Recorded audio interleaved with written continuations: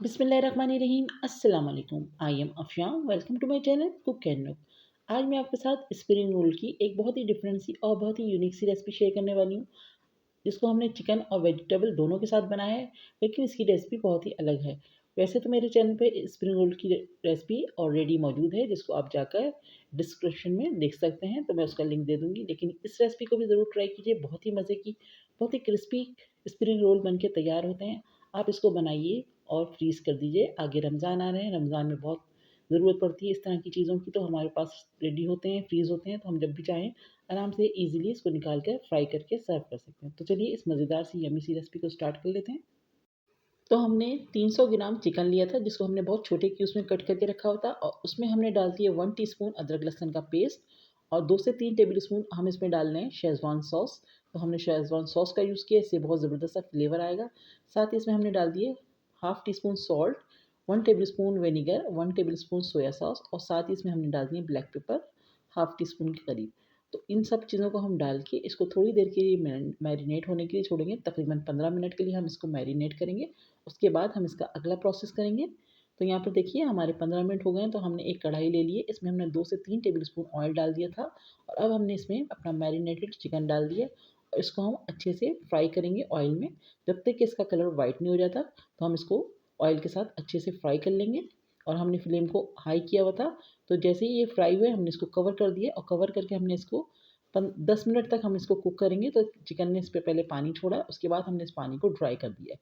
तो हम करने के बाद इसको एक साइड में करेंगे, तो हमारे यहाँ पर चिकन बिल्कुल रेडी हो गया है। इसको हम साइड में करेंगे और बाकी का आगे प्रोसेस करते हैं। तो यहाँ पर हमने ले लिए 2 से 3 टेबल स्पून ऑयल, इसमें हमने डाल दिए 1 टेबल स्पून गार्लिक चॉप, और 2 हरी मिर्चों को चॉप करके डाला है, और ग्रीन अनियन यानी कि स्प्रिंग अनियन का हमने वाइट पार्ट लिया है। 2 से 3 टेबल स्पून हमने ग्रीन अनियन का वाइट पार्ट यूज़ किया है, और इसको हम हल्के से सौते कर रहे हैं।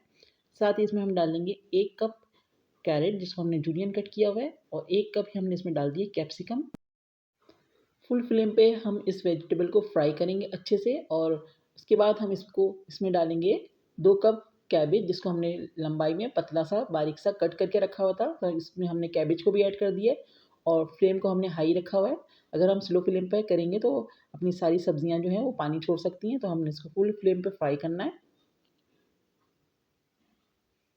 साथ ही अब इसमें हम डालेंगे, इसकी सीजनिंग करेंगे, तो इसमें हम डाल रहे हैं 1 टीस्पून ब्लैक पेपर, और सॉल्ट डाल दिए हमने 1 टीस्पून, और 1 टीस्पून इसमें हम डाल दिए चिकन पाउडर, और साथ ही इसमें हम डालेंगे 2 table spoon hot sauce, 2 table spoon इसमें डालना है विनेगर, और 2 टेबल स्पून इसमें हमने डाल दिए सोया सॉस। तो ये सब चीज़ें डाली हैं। इसके बाद हम इसमें डालेंगे शेज़वान सॉस 2 टेबल स्पून। तो इस तरह से आप अगर शेज़वान सॉस डाल के अपने स्प्रिंग रोल बनाएंगे, तो इसका फ्लेवर ही बिल्कुल हट के आएगा। आप इसको एक बार ज़रूर ट्राई कीजिएगा। तो हमने इसमें डाल दिए शेज़वान सॉस। उसके बाद हमने इसमें डालना है 1 टेबल स्पून भर के मैदा। मैदा डालने का मकसद ये है कि अगर हमारी वेजिटेबल पानी छोड़ देती हैं, तो ये मैदा इनको एब्ज़ॉर्ब कर लेगा, और आपके जब रोल बनाएंगे आप, तो वो सॉगी नहीं होंगे अंदर से, बहुत ही क्रिस्पी बन के तैयार होंगे। तो हमने मैदा डालने के बाद अच्छे से मिक्स कर दिया था। उसके बाद हमने इसमें डाल दिया अपना तैयार किया हुआ चिकन। अच्छे से इसको मिक्स कर लेंगे। तो यहाँ पर हमारी स्प्रिंग रोल की स्टफिंग बिल्कुल तैयार हो गई। इसको अब हम किसी बर्तन में, खुले बर्तन में रखकर ठंडा होने के लिए छोड़ रहे हैं। तो चलिए अब हम अपने रोल बनाना स्टार्ट करते हैं, क्योंकि हमारी स्टफिंग अच्छे से ठंडी हो चुकी है। तो यहाँ पर हमने ले लिया मांडा पट्टी।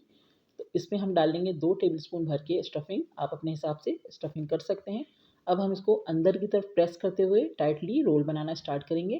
तो अच्छे से हम इसको प्रेस करते हुए, आगे की तरफ प्रेस करते हुए, और साइडों से फोल्ड करेंगे, और इसको हम सील करेंगे। हमने 2 टेबल स्पून मैदा लिया था, जिसमें हमने 2 से 3 टेबल स्पून पानी डाल के इसका एक पेस्ट सा बना लिया। आप चाहें तो अंडा भी यूज़ कर सकते हैं, अंडे से भी इसको सील कर सकते हैं, लेकिन मैंने इसको मैदे से सील किया, तो इससे बहुत ज़बरदस्त से ईज़िली हो जाते हैं, और आपको ज़रूरत भी नहीं पड़ती कि आप किसी अंडे वगैरह को यूज़ करें। तो हमने इस तरह से अच्छे से रोल बना लिए। तो देखें कितना खूबसूरत सा शेप आया है। तो इसी तरह हम सारे रोल बनाकर स्टार्ट करेंगे, आगे रखेंगे इसको। तो देखें यहाँ पर मैं एक और आपको बनाकर दिखा रही हूँ। इसी तरह से आप अंदर की तरफ फोल्ड करते हुए, इसको टाइटली प्रेस करते हुए आगे की तरफ रोल बनाएंगे, और साइडों से भी फोल्ड करेंगे, और ऊपर इसमें आप पेस्ट लगा देंगे मैदे का या फिर अंडे का। तो इसी तरह हम सारे रोल बनाकर रेडी करेंगे।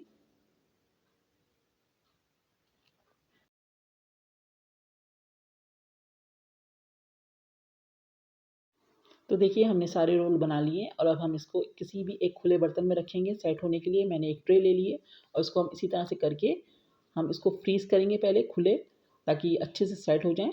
उसके बाद हम इसको किसी भी कंटेनर में रखकर फ्रीज़ कर सकते हैं। तो मैंने यहाँ पर अच्छे से सेट होने के बाद इसको कंटेनर में रख दिया था और उसके बाद मैंने इसको फ्रीज़ कर दिया और जितनी हमें ज़रूरत है उस हिसाब से हम इसको फ्राई कर लेंगे, बाकी हम बाद में यूज़ करेंगे। तो आप इसी तरह से बनाकर रमज़ान में रख सकते हैं। बहुत ही ज़बरदस्त सी रेसिपी है, ज़रूर ट्राई कीजिएगा। तो यहाँ पर हमने एक कंटेनर में इसको रख दिया है और अच्छे खासे रोल हमारे बन के तैयार हुए हैं इतनी क्वांटिटी में। तो अब हम इसको फ्राई करेंगे, आपको फ्राई करके दिखाती हूँ। तो यहाँ पर हमने फ्राई करने के लिए ऑयल को अच्छे से गर्म होने दिया है, उसके बाद हमने फ्लेम को थोड़ा-सा कम कर दिया था और अब हम इसमें अपने रोल डाल रहे हैं। तो आँच बहुत ज़्यादा तेज़ नहीं होना चाहिए, वरना फ़ौरन ही डार्क सा कलर आ जाएगा, उसकी वो लुक नहीं आएगी जैसी आनी चाहिए। तो हमने रोल इसमें डाल दिए और अब इसको हम हल्के-फुल्के हिलाते हुए चारों तरफ से फ्राई होने देंगे, ताकि चारों तरफ से अच्छा इवन सा कलर आए और अच्छा गोल्डन सा कलर आए। ख़्याल ये रखिएगा कि एकदम डार्क नहीं होने दीजिएगा, ज़रा-सा हल्का ही कलर हो तो इन रोल्स को आप निकाल लीजिएगा। क्योंकि ये ठंडा होने के बाद थोड़े से डार्क हो जाते हैं तो फिर उसकी लुक वो नहीं आती जो आनी चाहिए। मैं आपको दिखाती हूँ किस तरह का इसका कलर होना चाहिए।